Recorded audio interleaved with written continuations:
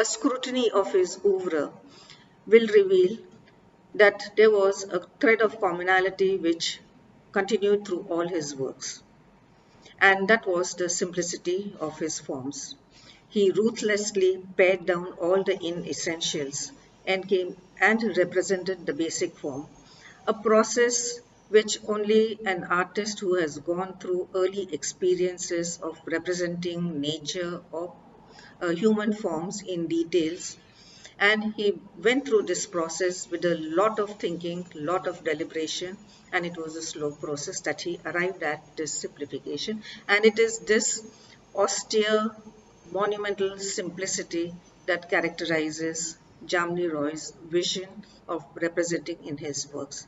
So far, no artist had created these kind of works which had this grandiosity, yet the austerity, the monumentality, yet the simplicity. And these characteristics are at the very foundation of Jamni Roy's art.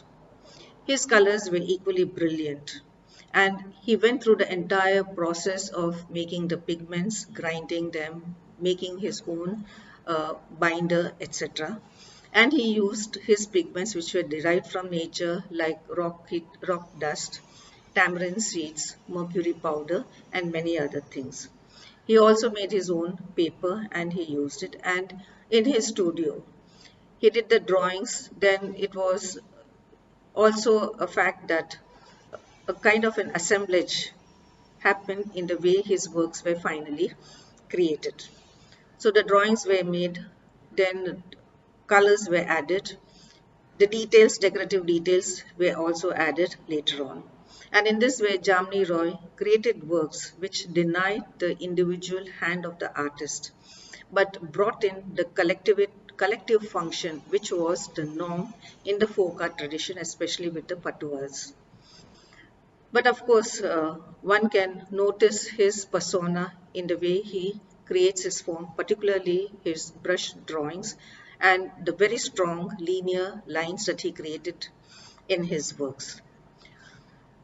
So it was Jamni Roy's heroic search for India's authentic identity and also his utopian formulation of the village as the site of the nation was to create a great impression, especially for the emergence of modern Indian identity.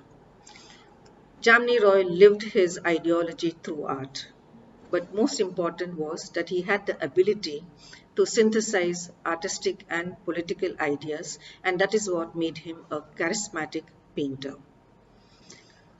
So his primitivism, as Pathameter puts it, calls him a primitivist, a robust primitivist, was his engagement with the folk art traditions. And he had various reasons for that. And the most important aesthetic reason which he gave was artistic integrity, artistic truth, which for him was the essential form and which was always there in prehistory but was lost due to colonial culture and due to falling victim to civilization.